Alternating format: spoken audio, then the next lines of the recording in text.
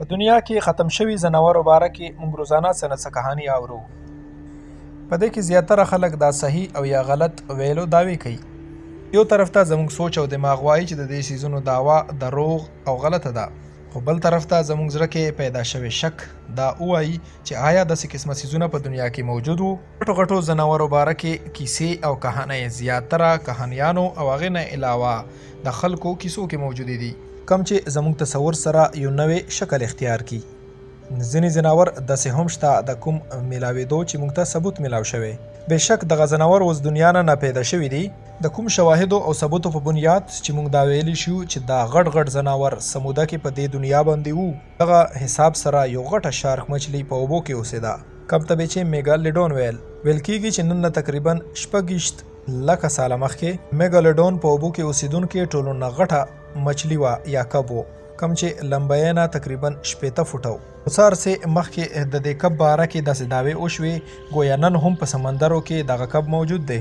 میګالیډون د څه غټو چینلو ډاکومنټري حصه جوړه شوه. کوم ډاکومنټري کې چې دعوې وشوې چې د میګالیډون شارک یو څو قسمونه نن هم د سمندر ژورو اوبو کې موجود دي. 20 لک کاله مخکې میلاویدونکې دغه کب نن هم چې خلک وګوري ډېر زیات حیرانه شي ورته. آیا 80 فوټه اوږده شارک مچھلي نن هم شته؟ دریافت کوونکي ته د خبرې نه اندازه شوې ده چې نن نه 24 لک کاله وړاندې میګالیډون په سمندر کې راج کو. دا د سمندري مخلوق لیست کې په اول نمبر راتله. د دې 18 میټره غټه جوسه دا ثابتوي چې دا سمندر کې موجوده غټه او خطرناکه مچھلي وه، کوم ته چې شکست ورکوونکي څوک هم نه وو. بل 2 میټره نه زیاته اوږدې جبړې او د 8 انچ 200 نه زیات غاښونو په وجه به د غټ غټ کبان او نور څیزونه ژوندي تیرول. نن دنیا کې موجود ګریټ وایټ شارک مقابله کې 15 ګونه زیاته غټه وه. تحقیقاتو وینا ده چې دا کب نن دنیا نه پیدا شوی دی، خو تیر 100 کالو دوران داسې سمندري حادثات وشول چې خلک په دې شک کې مبتلا شول آیا نن هم جوور سمندر کې دا کب موجود دی، کم چې کله کله انسانانو ته خپل جلک خای.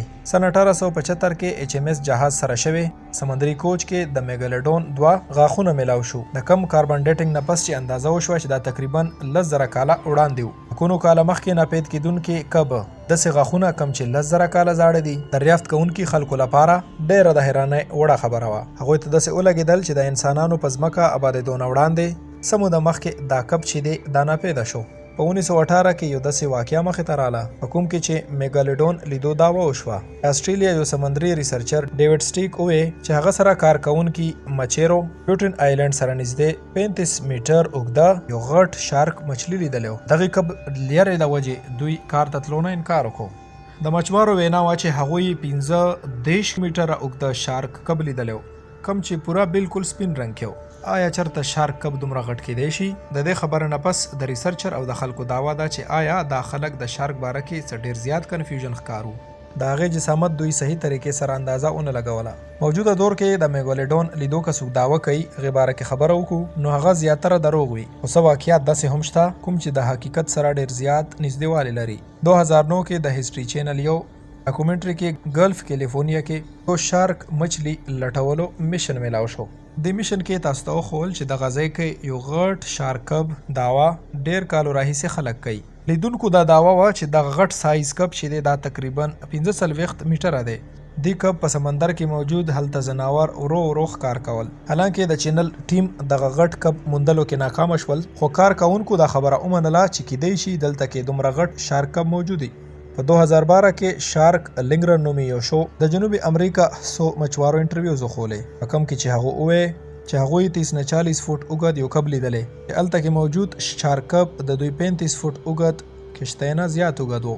د نه علاوه ډسکوري چینل 2012 کې 2013 کې او 2014 کې میګالیډون باندې مختلف شوز خولی دي. ټول واقعیات میګالیډون سره تړلي ښودل کېدل، خو د ټولو حقیقت شک سره تړلی و. زیاتره داوو کې د شارک جسامت غټ ښودلی شوی. ډېر واقعیاتو کې خلکو ته ګریټ وایټ شارک میګالیډون ښکارېدو. آیا حقیقت کې موږ سره څه رښتیا او درست ثبوتونه شته چې دا خبره ثابته کړي چې میګالیډون شارک نن هم په جوور سمندر کې موجود دی؟ یو څو تحقیقاتي ثبوتونه دې اړخ ته اشاره کوي چې کېدلی شي چې جوور سمندر کې دا شارک نن هم موجود وي او پټي او یا ژوند کوي. تیر 100 کالو دوران سمندري کوچ دوران داسې ځناور ولیدل کم چې لکاو کاله مخکې ناپیدا شوي وو. د ساینسدانانو نږدې هم دغه ځناور چې دي څو سوه کاله مخکې ختم شوي وو، خو چې کله دوی دا ژوندي ولیدل د دوی سر دوباره یو وارې بیا په دې چرچه شروع شوه. میګاماوت شارک، ګریټ وایټ شارک دا د شارک یو بل نسل دی. دا میګاماوت شارک تقریبا 9 میټره اوږه دی. حیرانګۍ خبره دا ده چې د شارک دغه نسل 1976 پورې انسانانو نه خبر هم نه و. 1976 کې د دې کوج نه پس دا خبره مخې ته راله چې داسې هم شارک په دنیا کې شته. سیلیګین نومي دې نه زیات انوکه دی. سیلیګان کب باره کې دا خیال و چې دا نن نه تقریبا 6.5 کروڑ سال مخکې ختم شوی، خو 1976 کې سیلیګین ساوت افریقا سمندرو کې خلکو ولیده. هغه هم بالکل ټیک ټاک. دا کب د ډایناسور وخت نه خپل وجود برقرار ساتلی، حالانکه دا په جسامت کې صرف 6 فیټه اوږه دی.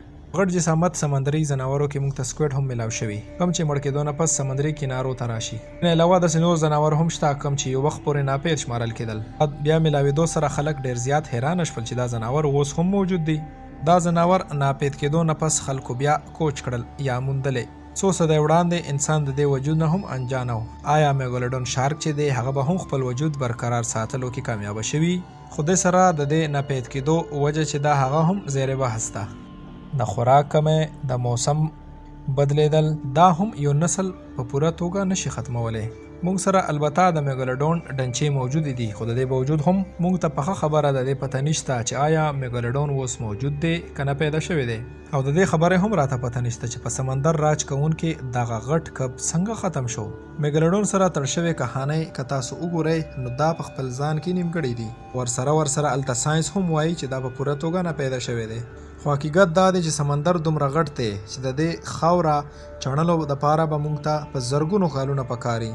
کیدای شي چې چېرته سمندر کې ژوروالي کې میګالوډون شارک اوس هم لګیا وي خپل ژوند کوي، چېرته چې انسان کله هم نه دی تلی او نه تلی شي. ملګرو په نن ویډیو کې بس دومره. تاسو ته کم یو شی خوښ شو؟ تاسو د میګالوډون باره کې څه انفارمیشن لرئ موږ سره یې کمنټ کې شیر کړئ. زموږ ویډیو لایک او شیر کړئ.